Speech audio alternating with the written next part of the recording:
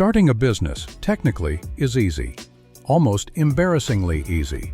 Fill out some paperwork, register with the government, and boom, you're legally a business owner.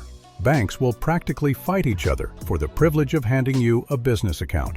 Congratulations, you're official. And then reality hits you like a truck. Okay, official business owner. Selling what exactly? This is the part nobody warned you about.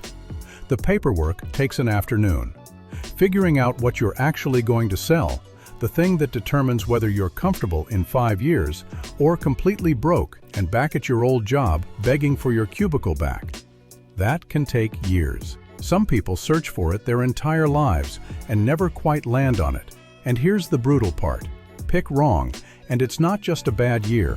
It's your savings, your time, your confidence, and possibly your relationship with anyone who lent you money, all gone at once. So let's actually talk about this properly, because follow your passion is not a business strategy, it's a greeting card. First, let's define what we're actually talking about, because people throw around niche like it's obvious. A niche isn't just a business. It's a specific, narrow slice of the market with a particular group of people who want something specific that isn't already being served well. Think about it this way. An entire industry, like online video, is a massive ocean. Videos specifically about starting a business, like this one, that's a niche. Small, specific, defined audience. A genuinely good niche has 3 things going for it, and if any one of them is missing, you're going to feel it eventually. Usually in your bank account. First, real demand. Not, I think people might want this, actual demand. People actively spending money on this exact type of thing already. Second, decent margins. If you're selling something for basically what it costs you to make or source it, you don't have a business. You have a very stressful volunteer job. After covering costs and taxes, there needs to be enough left over that you can, say, take an actual vacation once a year without panicking about it. Third, room to actually get in. If 3 massive companies already dominate the space and have it locked down tight, you need either a genuinely different angle or a market they're ignoring, or you need to walk away and find somewhere they haven't noticed yet. And ideally, there's some staying power to it, something people will still want in 3 years, not just this one specific week. Selling Christmas trees or Valentine's flowers is genuinely profitable, sure, but it's profitable for about 9 days a year. Great side income, terrible foundation for an actual sustainable business. Now here's the part that actually matters. How do you find one of these things? There are 3 real paths people take, and each one works for different people in different situations. Let's go through them honestly, including the parts that go wrong. Path 1. Evolve out of your job. This is for the person sitting at their desk thinking, I could genuinely do this whole thing better on my own without my manager taking credit for it. If you've spent years in an industry, you already know the suppliers. You know the going rates. You know exactly where your current company drops the ball, because you're the one who has to apologize to customers about it. This is honestly the safest path of the 3, because you're not starting from zero. You're starting from years of insider knowledge that most new business owners would have to pay dearly to acquire. The risk here isn't not knowing the industry. The risk is timing and money.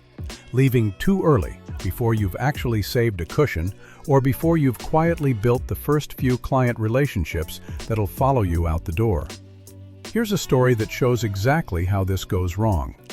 A guy, let's call him Derek, spent 6 years managing logistics for a regional delivery company. Knew the industry cold. Decided to strike out on his own, felt supremely confident because of his experience, and quit on a Friday with 0 clients lined up and 3 months of savings. He assumed his reputation alone would bring in work fast. It didn't. Building trust with new clients from scratch took nearly a year, not the few weeks he'd budgeted for. He burned through savings, took a much worse job just to cover rent, and it took him almost 2 more years to actually relaunch properly, this time with clients already secured before he gave notice. The lesson isn't, don't leave your job. It's, Line up your first clients or your cushion before you jump, not after. Path 2. Follow the thing you actually love. This is the passion into business route. The hobby that quietly takes up more of your headspace than your actual job does. And look, sometimes this genuinely works beautifully. But this is also the path where people get hurt the worst, because passion has a nasty habit of blinding people to boring, unsexy questions like, does anyone actually want to pay for this? And, can I actually make money doing this at scale? If you're considering this route, ask yourself honestly, could you do this specific thing every single day, including on days you don't feel like it, for years? Not the fantasy version where you're always inspired, the actual version, with deadlines and difficult customers and slow months. If the honest answer is yes, fine, keep going, but you still need to run the boring numbers. What does it actually cost to make this thing? What can you realistically charge for it? Is there actually a market big enough to support you full-time? Skip that step, and you'll end up with something a friend of mine went through. She turned her candle-making hobby into a business almost overnight. High on the excitement of turning passion into income, she never actually calculated her real costs versus what customers were willing to pay. A year later, she was working non-stop, genuinely busy, genuinely exhausted, and barely breaking even, because her pricing never accounted for her own time. Busy is not the same as profitable. That distinction quietly destroys a lot of passion projects. Path 3. Think it through with your head first. This is the calculated approach. Figure out what will actually make money, then go learn it, rather than starting from what you already love or already know. It's less romantic, but statistically, it's often the most reliable. A few practical moves here actually matter. Look for niches with favorable starting conditions. Maybe there's a supplier offering great wholesale rates because they're overlooked, or a group of genuinely skilled freelancers with terrible marketing and no client pipeline, just waiting for someone to organize them properly and connect them to customers. Actually verify demand exists before committing. Use search volume tools to see how often people are searching for what you're planning to sell. And specifically, look for buying intent in those searches, not just casual curiosity. Someone searching, "How does X work?" is a browser. Someone searching, "Buy X near me," is a customer. Research your competitors honestly. Where are they weak? Bad website? Slow shipping? Terrible reviews? That's your opening. And be realistic about how expensive it actually is to compete. Sometimes ranking above established competitors costs more in advertising than the entire opportunity is worth, in which case, don't fight that battle. Sell through an existing marketplace instead of building your own storefront from scratch, or pick a different niche entirely. And finally, do a genuine reality check before committing real money. Can you actually price competitively while still making a margin? Is this niche realistically accessible to you specifically? Trying to sell winter coats if you live somewhere that never sees snow is going to be an uphill battle no matter how good your product is. Now, every once in a while, all three paths point in the exact same direction. You've got real experience in an industry, you actually enjoy the work, and the numbers check out when you run them honestly. If that happens to you, that's rare, and it's genuinely lucky. Most people spend months, sometimes years, cycling through these three approaches before something actually clicks. Here's the honest truth to close on.